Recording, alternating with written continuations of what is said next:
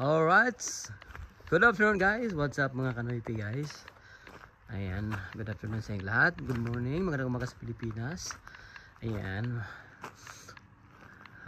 For today's video nga pala guys, nandito tayo sa Shining Bank Lake. So ayan, yan yung sign nila. So ituturo ko muna kayo guys ng saglit lang. Kasi nandito rin ako, may ginagawa ako dito. Alam ko kung makita nyo dun sa kabilang side, ano siya, farm siya ng mga baka. So ayan, kumuha na rin ako ng video dito pang upload para makita nyo naman. So dito ang area na to is day use area lang to siya. Hindi ka pwedeng mag-camping dito, wala siyang campground. Yung sa kabila, yun yung pwede kang mag-camping doon.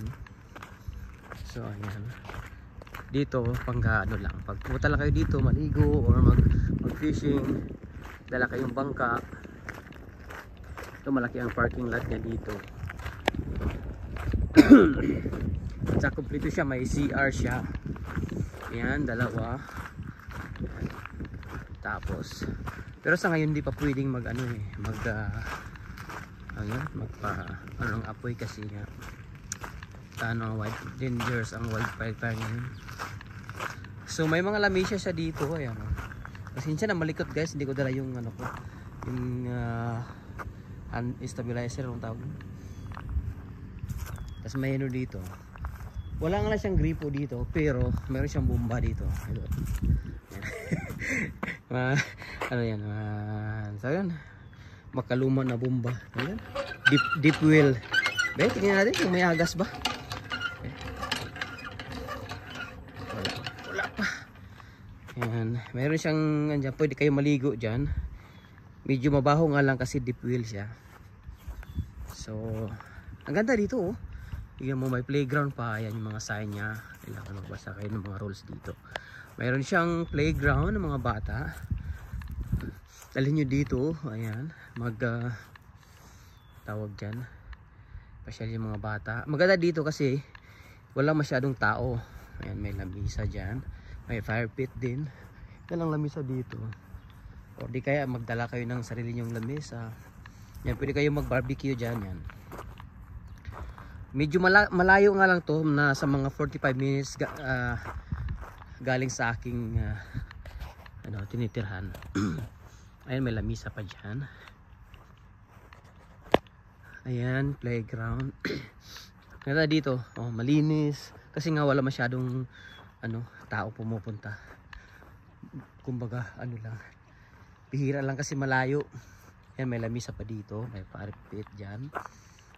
Tapos dito maglaro mga bata. Ang ganda ng buhangin, parang talaga siya, parang beach ba, katulad sa amin yung sand, brown sand or ang tawag dito. Ayan. Ang laki oh. O yun, may mga may mga ibon. Gugus yata yan. Ayun, ang tawag yan, wild duck, ano ba tawag yan? Hindi ko alam. Ayun, lumayo na sila oh. Doon ako, makita nyo may bahay doon sa may layo. Doon ako kanina. May ginawa akong loader. Tapos sabi ko pumunta lang ako dito, dumaan ako dito para. So ayan, malinaw yung guys oh, tubig oh. Malinaw siya. Ayun oh. Kita niyo naman. Napakaganda. Pero malamig yan, paligurado. So ito, pwede kayong mga bata maliligo dito. Mababaw lang naman siya eh. Pero kailangan nyo bantayan. Daming tae ng So ito yung malaki to eh. Shining Bank Lake ang tawag dito. So ang size ng lake na ito guys is 100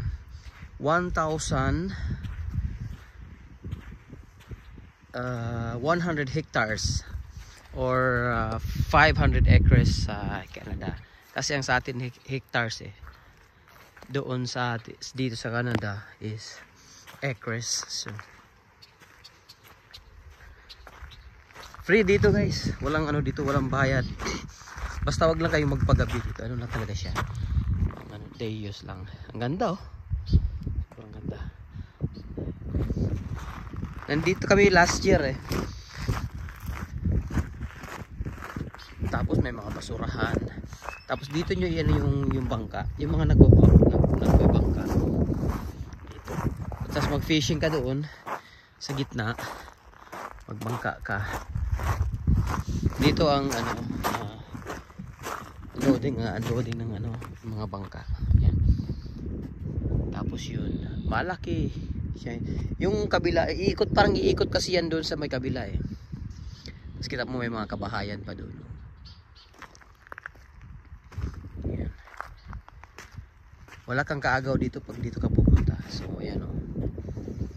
Ganda. So mamaya pupuntahan natin yung kabila doon. Titingnan din natin kung anong itsura ngayon doon.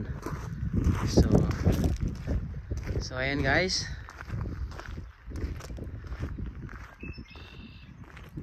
Punta tayo sa kabila, di pa tayo.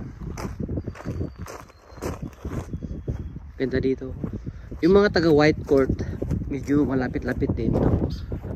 Kasi sa in between ng ano to eh, Edson at saka White Court.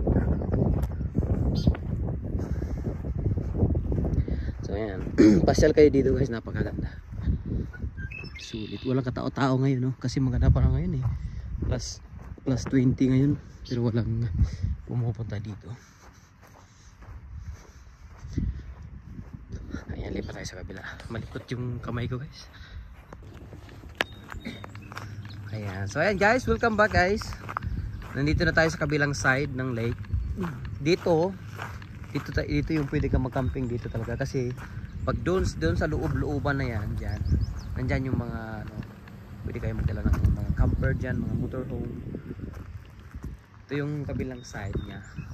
So dito pag fishing ka dito, ayan, ito yung mga isda na makukuha mo. Ayan, lake whitefish, ayan, limit 0. O sige, catch and release lang pala dito guys. Ayan, yellow perch, limit 5. Total length, oh grabe oh. Ayan, may sukat kompleto siya oh. Northern pike, catch and release. Ibig sabihin guys, ano ka dyan, yung iba dyan pwede mong iuwi, pwede mong iulam, pero yung ano iba kailangan mong bitawan, hindi pwedeng iuwi. Tsaka kailangan may lisensya ka kasi may mga bantay dito, magtitingin sila ng kung may lisensya ka. Mayroon silang ano oh, mga talaba. Ah! Hindi nga, meron nga. Tawag ko lang. Sige mo, ganda guys oh. Walang katao-tao ngayon guys, isa, ako lang mag-isa kasi ako lang nandito. So ayan, life jacket daw kailangan oh. So ayan, may mga ano naman dito, may mga rules na kailangan. So tsaka bantayan nyo pag mga bata, siyempre kasi ano yun, sariling cargo nyo yun, bantayan nyo, diba? Tapos yan oh, pwede kayong mag volleyball dyan oh, mas malinaw dito kaysa sa kabila. Tsaka barka mas malalim dito siguro. Ayan, ang layo pa oh, tingnan mo, ang laki doon, layo pa doon oh. Ayan, tapos pabalik yan doon sa pinuntahan ko una. Doon naman yun sa kabilang side, east side naman yun, pero connected lang siya, kaya malaki tong lake na to eh. Biruin mo 1,000 hectares, sobrang laki yun, parang isang ano yun, isang town na yun eh, ang laki na yun.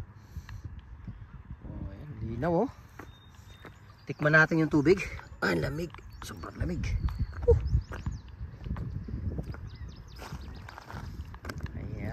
Hanggang doon. Yan. So, yan, dito kayo maganda pala dito kaysa din sa kabilang side. Mas malawak dito. Dito nyo yan yung bangka nyo.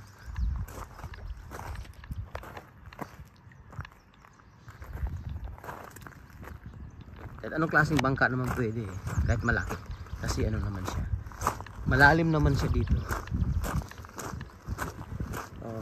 Meron din dyan,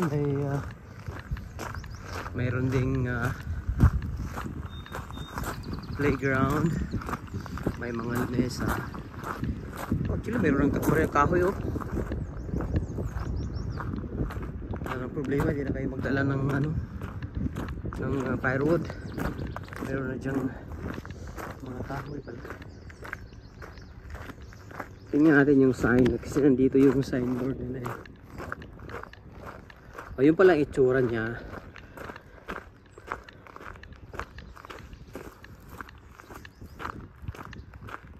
Ayan yung itsura niya oh.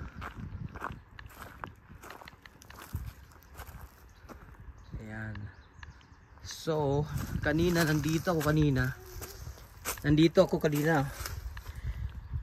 kanina. Tapos ngayon, nandito na ako. So, diba, layo ng tinrive ko. Umikot ako dyan. Nandito na ako ngayon. Ito. Pero kanina dito ako sa dulo. Ayan. So, ang laki oh. So, dito, ang lalim dito is 20 feet. Malalim yung gitna pala talaga. Tapos 15. Mababaw dito 5 feet. So, ayan oh. Area is 1,134 acres. Oh, ang laki. So, ang laki. Sobrang laki pala dito guys. Ba't sarado dyan?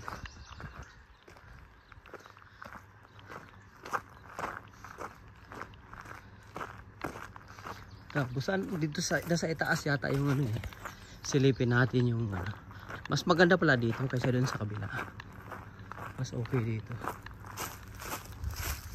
Puntahan natin yung mga kung saan kayo pwede magpwesto ng camping.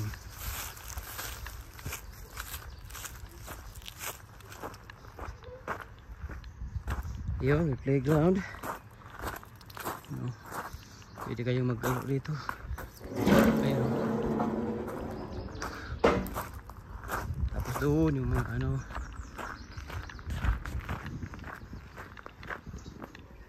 Tayo baktas.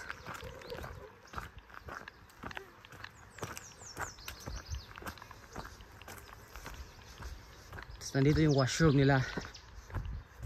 Medyo sa taas ang washroom. So ayan. Oh. Campground operated by Lock Properties. Oh, LLC. So ayan. Dito na kayo maghanap ng mga pesto. Ayan. Pero sarado yung gate ngayon. So ayan. Pwede kayong pumesto dyan. Kung may tent kayo. Pwesto kayo ng tent dyan. May lamesa, may campsite, may number 39. Pero free yan guys ha. Walang bayad yan. So, anytime kung gusto nyo. Yan, marami oh. Yung number 39 yun eh. Ito naman, number 37. So, may mga number yan kung saan kayo magpwesto. Yan, 38. Hanggang yun, malaki to. Ito yung pwede ka talaga kayo dito. Mag-overnight. Doon kasi hindi pwedeng. Ito yung washroom nila oh. Lock pa ngayon kasi ano pa, lamig pa. So ayan, yan yung pasilip ko lang sa inyo guys. Kung gusto nyo magpunta dito, kontakin nyo ako at samahan ko kayo para happy. Ayun oh, self-registration meron doon nakalagay. Shining Bank, yeah. Oh, yun. Tapos yan. Ay, mayroon pala. Ano pala, per night, $20 per night. Ayan. Self-registration per night. So, murang-mura. $20 lang. Tapos mag-register ka, tatawag ka lang. Kung may number ng hotline number dyan. Tapos registered ka. Tapos by ano yata, Interac yata ang $20 per unit. Oh. So mura pa rin. Kasi $20 isang araw, isang gabi na yun eh. Tapos ito yung number 1 oh. Unit number 1.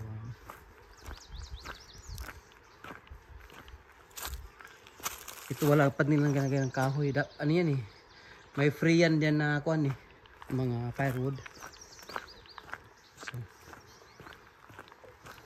So ayan, $20 lang guys. Isang one night. Saka isang araw. Kung mag-stay kayo dito ng 3 days, so $60. Diba? Set up lang yung tent nyo dyan. Luto-luto kayo. Pwede magluto dito. Ngayon is sarado pa ngayon. Ito yung entrance niya sa campground. So madali lang. Online lang, tawagan mo, register ka. Tapos pasok ka na. May pupunta dito. Ayan.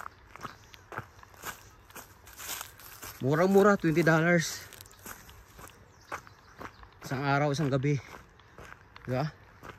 May enjoy mo na yung dito. May signal naman dito kaya ayos lang. Tapos pag boating ka dito, swimming, dito pwede ka mag-inom dyan. Pwede kayo mag-inom dyan.